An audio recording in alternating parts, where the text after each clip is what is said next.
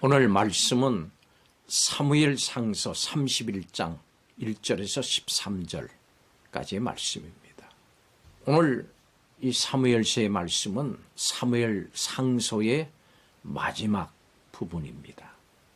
이스라엘과 블레셋이 맞붙은 전장이 나옵니다. 이 전투에서 블레셋이 승리했습니다. 이스라엘 군대는 길보아 산에서 엎드러져 죽었습니다.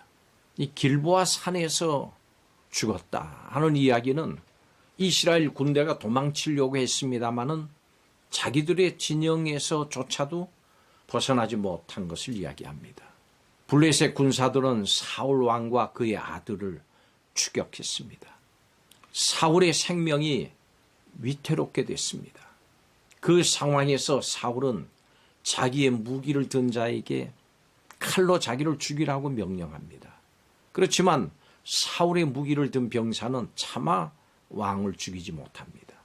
그러자 사울은 자기의 칼을 뽑아서 그 위에 엎드러져 자결합니다. 이렇게 이 사울의 마지막 전투는 제대로 힘도 써보지 못한 채로 금방 끝나버렸습니다. 이스라엘 군대의 패전, 그리고 왕의 죽음을 알게 된 이스라엘 백성은 그 성읍을 버리고 도망쳤습니다. 그리고 그곳에는 블레셋 군대가 주둔을 합니다. 사울은 비참한 죽음을 맞이했고 블레셋은 사울과 함께 죽은 세 아들의 시신을 찾아냈습니다. 사울의 시신은 머리가 잘린 채로 벳산 성벽에 걸렸습니다. 길르앗 야벳 주민들이 이 사울 왕을 장사지냈습니다. 사울은 광적으로 왕권에 집착을 하면서 하나님의 뜻과 어긋나는 길을 계속 걸어왔습니다. 자신의 멘토였던 사무엘과 갈라섰고 자신을 위해서 목숨 걸고 싸운 다윗과도 갈라섰습니다. 용맹스러운 아들 요나단과도 갈라섰고 딸 미갈과도 갈라섰습니다. 이스라엘의 첫 왕이었습니다마는 하나님과 백성 사이에 중재자 역할을 제대로 수행하지 못한 이 사울의 비극적인 말로를 보면서 한편 이스라엘의 왕정이 어떻게 제대로 이제 시작될지 우리에게 궁금함을 가져다 줍니다. 그리고 사울의 하강과 뚜렷하게 대조된 다윗의 상승이 그 왕정 수립에 어떻게 기여할지 이것에 기대하면서 사무엘 상서의 마지막 장을 맞이하게 됩니다. 오늘 말씀을 통해서 우리는 사울의 삶을 살펴보면서 하나님 나라를 유업으로 받을 성도가 어떤 자세로 세상을 살아가야 되는지 이것에 대해서 살펴보겠습니다. 첫째로 성도는 예언대로 임할 구원과 축복을 기대하면서 삽니다.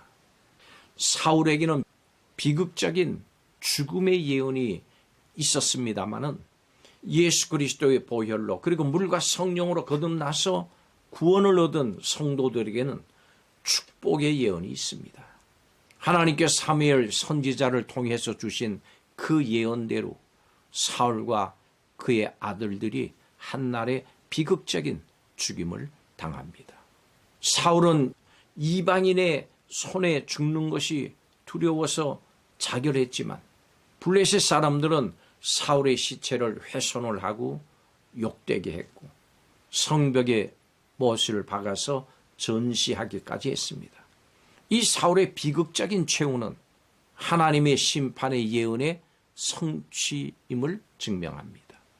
사울이 스스로 제사를 드려서 하나님의 법을 어긴 일과 아말렉 군대를 진멸하라고 하는 하나님의 명령을 어기고 일부를 남겨둠으로 말미암아서 하나님의 말씀에 불순종했습니다. 이 불순종으로 하나님이 자신을 버리고 다윗을 이스라엘의 왕으로 세우신 그것을 알면서도 하나님의 뜻에 저항하면서 오랫동안 다윗을 죽이려고 추격을 했습니다. 심지어는 하나님이 가증히 여기시는 신접한 자를 찾아가서 사무엘의 영을 불러내는 그런 죄도 저질렀습니다. 지속적으로 하나님의 뜻에 불순종한 사울은 아들들과 함께 한날에 죽어서 그 가문이 몰락하리라고 하는 심판의 예언의 성취를 피할 수 없었습니다. 하나님을 대적하고 불순종하는 자들에게는 심판이 있을 것이다. 성경은 이렇게 예언합니다. 성도는 하나님의 말씀에 순종함으로 심판이 아니고 구원과 축복의 예언 아래 속해야 합니다. 두 번째로 성도는 하나님의 때를 기다리면서 삽니다. 사울 가문의 몰락은 한편으로 다윗 시대의 개막을 의미합니다. 다윗은 그동안 사울을 피해서 도망 다니다가 급기야는 적국인 블레셋으로 망명할 정도로까지 힘겨운 고난의 세월을 보냈습니다. 그렇지만 사울에 대한 심판 후에 드디어 이스라엘 왕으로 등극할 때를 맞이하게 됐습니다. 다윗은 사울을 죽임으로 인해서 그 왕의 등극을 단축시킬 수 있는 기회가 있었습니다마는 하나님만이 사울을 심판하실 수 있다고 믿고 그의 생명을 해하지 않았습니다. 그의 말대로 사울은 하나님의 심판으로 죽임을 당했습니다. 그리고 다윗은 이제 이스라엘의 왕으로 하나님의 때에 하나님의 나라를 세우는 큰 일을 감당하게 됐습니다. 다윗은 특히 메시아를 상징하는 대표적인 인물로 하나님의 구속 역사에 아주 중요한 역할을 감당할 겁니다. 이렇게 하나님이 계획하신 일은 하나님의 때가 이르면 하나님이 이루십니다. 그렇기 때문에 성도는 조급한 마음을 버리고 하나님의 때를 기다리면서 그저 순종해야 합니다. 이것이 성도의 아름다운 삶입니다. 마지막 세 번째로 성도는 그리스도의 재림을 준비하면서 삽니다. 예수께서 다시 오실 때는 세상의 모든 것을 심판하시고 새롭게 하시고 또 완전하게 하실 겁니다. 이것이 성도의 소망입니다. 그러나 그때가 언제인지는 아무도 알 수가 없습니다. 어떤 이들은 그리스도의 재림이 자신들의 생각대로 속히 임하지 않으니까 재림이 없다 이렇게 주장하기도 합니다. 베드로 사도는 하나님께는 하루가 1000년 같고 1000년이 하루 같다고 했습니다. 즉 하나님의 시간과 사람의 시간이 다르다고 하는 것입니다. 어떤 이들은 하나님이 자신들에게만 특별히 계시를 했다고 주장을 하면서 일정한 날짜를 정해놓은 시한부 종말론 이것을 주장하기도 합니다. 그렇지만 예수 그리스도의 재림은 어느 누구도 알 수 없는 때 오직 하나님께서 정하신 때에 성취될 겁니다. 그렇기 때문에 성도는 바로 지금 하나님의 뜻에 순종하기를 힘쓰고 장차 임할 그리스도의 재림을 이렇게 준비해야 합니다. 하나님의 부르심을 받은 여러분, 하나님의 말씀은 하나님의 때에 반드시 성취됩니다.